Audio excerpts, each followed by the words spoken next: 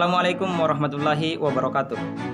Perkenalkan, nama saya Mursalim dari program studi Manajemen Pendidikan Islam Fakultas Tarbiyah dan Keguruan Universitas Islam Negeri Alauddin Makassar. Pada video kali ini, saya akan mempresentasikan jawaban ujian tengah semester dari mata kuliah dasar-dasar manajemen. Baik, langsung saja. Soal yang pertama adalah kemukakan dua pendapat ahli manajemen tentang apa saja fungsi manajemen. Kemudian dari kedua pendapat tersebut, pilih salah satunya yang menurut Anda sesuai dengan fungsi manajemen pendidikan, serta berikan alasannya. Yang pertama, menurut John DeMailit. Menurutnya, fungsi manajemen ada dua, yaitu pengarahan dan pemberian fasilitas. Pengarahan adalah kegiatan memberikan instruksi, perintah, petunjuk kepada bawahan agar mereka bekerja sesuai dengan yang diharapkan. Sedangkan pemberian fasilitas merujuk pada sarana dan prasarana. Hal ini dapat membantu pekerjaan dan hasilnya tentu akan lebih efektif dan efisien. Kemudian menurut ahli yang kedua, yaitu menurut George Terry. Menurutnya ada 4 fungsi manajemen, yaitu planning, organizing, actuating, dan controlling. Planning adalah sebuah proses penentuan hal mencapai tujuan perusahaan atau organisasi dengan hasil yang optimal. Organizing adalah sebuah pengorganisasian beberapa hal atau pengelompokan di setiap bidang. Actuating merupakan usaha menggerakkan anggota-anggota kelompok hingga mereka berkeinginan dan berusaha untuk mencapai tujuan yang telah direncanakan bersama. Dan yang terakhir adalah controlling, merupakan fungsi untuk melihat apakah segala kegiatan yang telah dilaksanakan sesuai dengan rencana atau tidak. Nah, di antara kedua pendapat para ahli ini, menurut saya, yang paling sesuai dengan fungsi manajemen pendidikan adalah pendapat dari George Terry.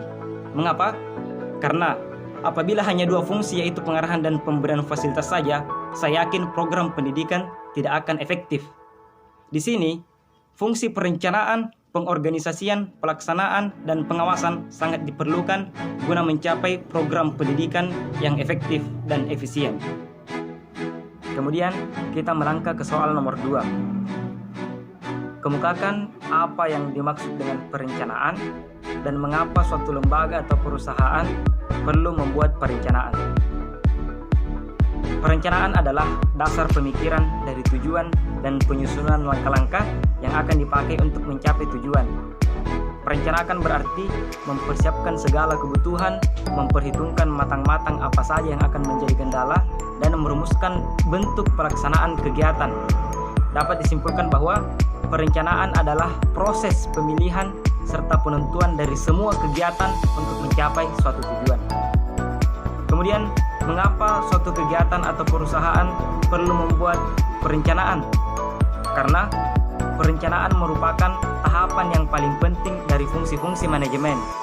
Tanpa perencanaan, fungsi-fungsi lain seperti pengorganisasian, pengarahan, pengontrolan tidak akan dapat berjalan dengan baik. Oleh karena itu, suatu lembaga atau perusahaan perlu membuat perencanaan agar lembaga perusahaan tersebut dapat berjalan dengan baik. Kemudian soal yang ketiga, kemukakan alasan utama diperlukan manajemen dalam suatu organisasi atau perusahaan. Alasan mengapa suatu organisasi atau perusahaan membutuhkan manajemen agar dapat memudahkan pencapaian tujuan. Karena peran manajemen ialah mengatur sebuah organisasi atau perusahaan agar menjadi organisasi atau perusahaan yang maju, berkembang dan menciptakan visi dan misi yang bertujuan untuk kesejahteraan bersama. Jika tidak ada manajemen dalam sebuah perusahaan atau organisasi, maka suatu perkumpulan tersebut tidak jelas arah dan tujuannya, yang berujung pada sebuah kegagalan. Nah, inilah alasan utama mengapa manajemen dalam sebuah organisasi atau perusahaan sangat diperlukan.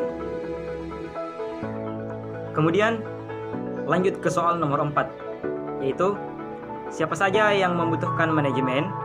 Kemukakan pendapat Anda. Bukan hanya organisasi atau perusahaan yang membutuhkan manajemen. Akan tetapi, semua orang membutuhkan yang namanya manajemen. Seperti yang kita ketahui bersama, semua orang mempunyai kegiatan sehari-hari. Tanpa adanya manajemen, suatu kegiatan dalam kehidupan sehari-hari akan tidak teratur. Nah, dengan adanya manajemen, kita bisa mengatur semua kegiatan tersebut agar dapat dilakukan dengan efektif dan efisien.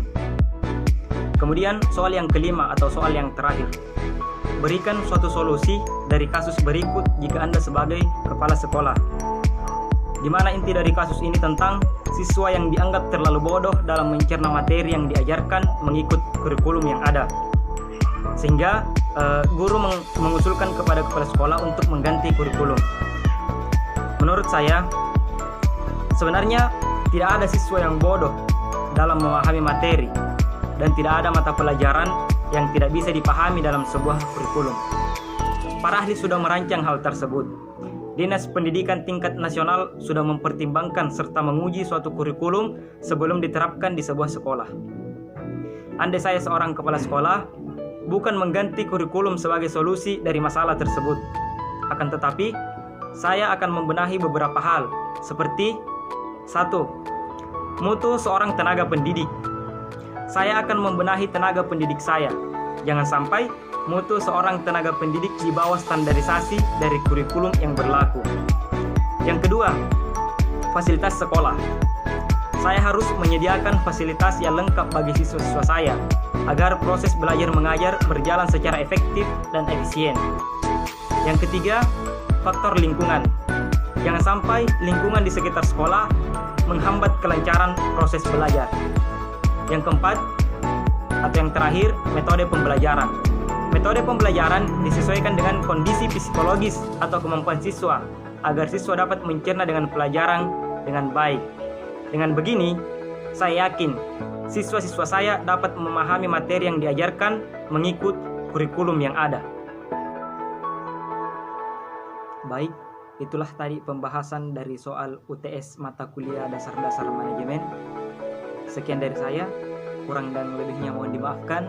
Wassalamualaikum warahmatullahi wabarakatuh.